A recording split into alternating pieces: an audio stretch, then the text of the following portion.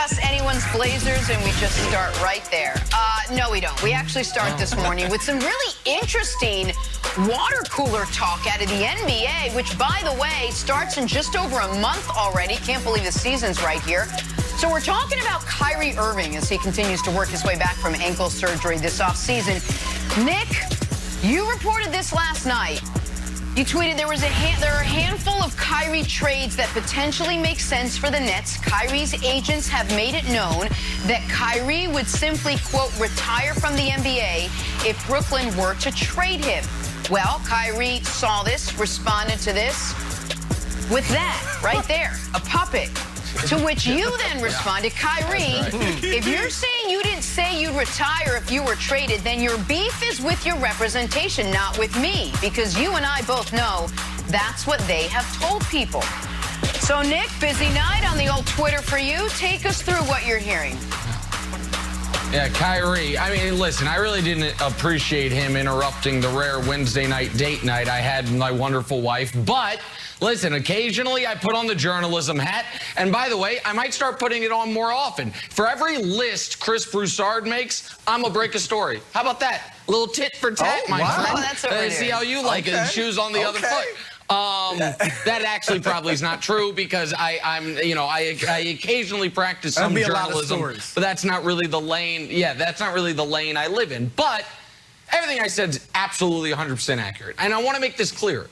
The Nets were not calling around shopping Kyrie Irving. But as teams are, very frequently do in the offseason, around the draft, after the draft, they call around and say, hey, this guy available, this guy available. And the league knows what we all know, which is as brilliant of a player as Kyrie is, once they acquired James Harden, he is, for that Nets team, a little redundant and expendable if you could get the right package. And you could get a hell of a package for Kyrie Irving. And the news was the following, that there were a few teams that when they inquired about Kyrie, they were told they were not immediately rebuffed. It was not, no sense in even having the discussion, untouchable, which is a departure from where the Nets and Kyrie were, call it 12 months ago.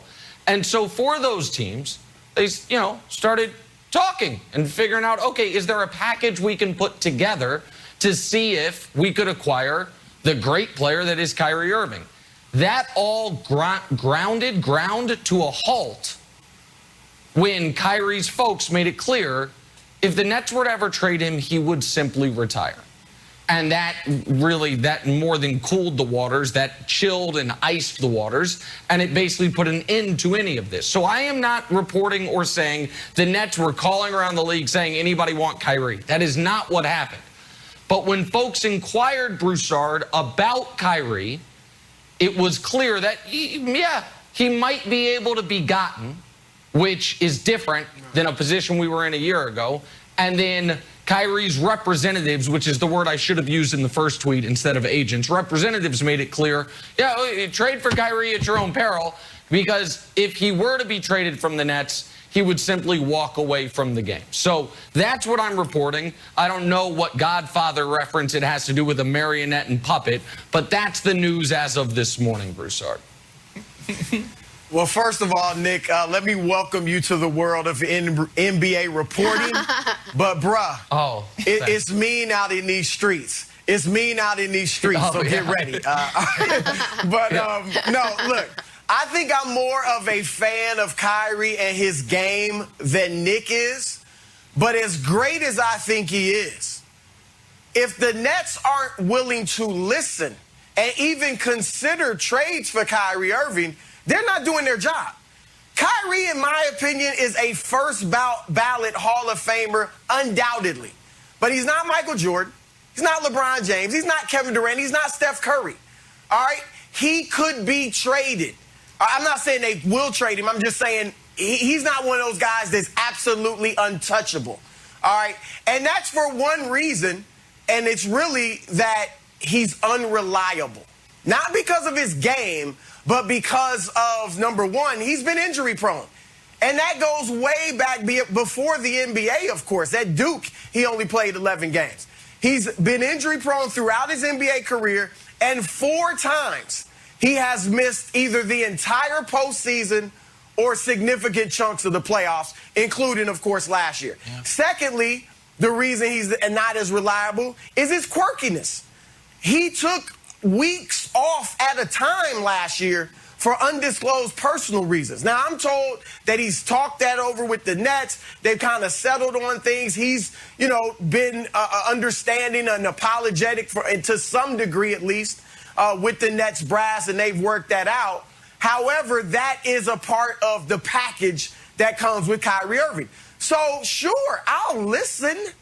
They're not shopping him, as Nick said, but I'll listen, especially, and Nick mentioned in his tweet that a few trade scenarios make sense. Well, I'm not saying you do these for sure, but they're worth considering. Ben Simmons, Damian Lillard, Bradley Beal. Those are worth considering, listening to. So that is not the surprise that the Nets would do their due diligence and be willing to listen. Now, as far as the retirement, Nick, I've heard for years from players and front office people that have told me, look, don't be shocked if one day Kyrie stuns the world and just out of the blue retires. Yeah. I mean, I've been told that from players and people in front offices. And so, that's always something out there, again, because of Kyrie's quirkiness. I did speak with someone close to him last night, Wilds, and they told me they'd highly doubt that he would retire. However, if to Nick's point, if the Nets are talking about trading him, it's certainly not beyond, some representative to say, hey, he will stop playing basketball if you move him, because Kyrie Irving loves being at home in New Jersey, and I'm sure he doesn't want to leave. Yeah, I think he has an emotional connection to the Nets. He grew up a Nets fan, and there's 2 super surprising things to me, Nick, that came from your report. One is that he doesn't have a no-trade clause. I just assumed he had a no-trade clause. He does not, so that was a shocker. So a little bit of the retirement is you can sort of bake in a no-trade clause. Like, yeah, you can trade me, but I'm going to retire. So all of a sudden you do have a no-trade clause. The other thing is this. I don't think the Nets need to get better. I don't think the Nets need to make moves. I think they need to do less movement. They were a Kevin Durant shoe size away from beating the Bucks. When the big 3 all played together, they were 11-3, and they're the preseason favorites to win the championship. So I understand Broussard's point about reliability, but all of that being said, they still are the favorites to win the championship. Do you think that the Nets need to get better, and that's why they're listening, that they don't think they have enough to win a championship?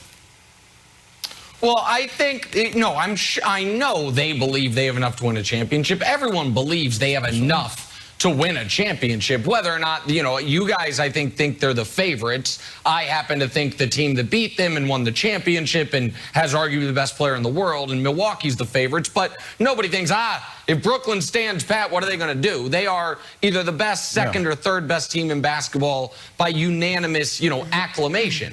With that said, I do think the reliability part is a huge part. The availability part is a huge part. And I also think that once you acquire James Harden, Kyrie is, an amazing sports car, but you already have 2 sports cars that kind of do the same thing. You might need like an off-road vehicle for the weekend trips to Aspen, and I apologize for comparing players to vehicles, but you know what I mean. Someone who does something so different than Harden and Durant do. But to me, speaking of Durant, the other part to me that I thought was fascinating, because Broussard, you said that, he's not Steph and he's not LeBron. He never has been those guys, right? But it didn't matter. A year ago, this would have never gotten off the ground. It couldn't have gotten off the ground because there was, in my opinion, what I had always thought was KD and Kyrie were a package deal, and you're not going to do anything to upset Kevin Durant.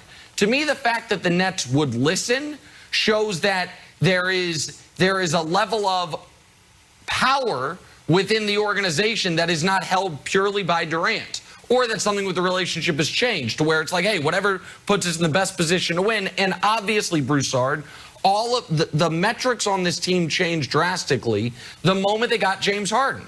It's a very different team when you trade your depth, some of your defense, and some of your youth for James Harden, and it's hard to find the things that Kyrie does better than Harden. Yeah, and that's not a knock on Kyrie. It's more of a compliment to what a brilliant player Harden has been over the last decade.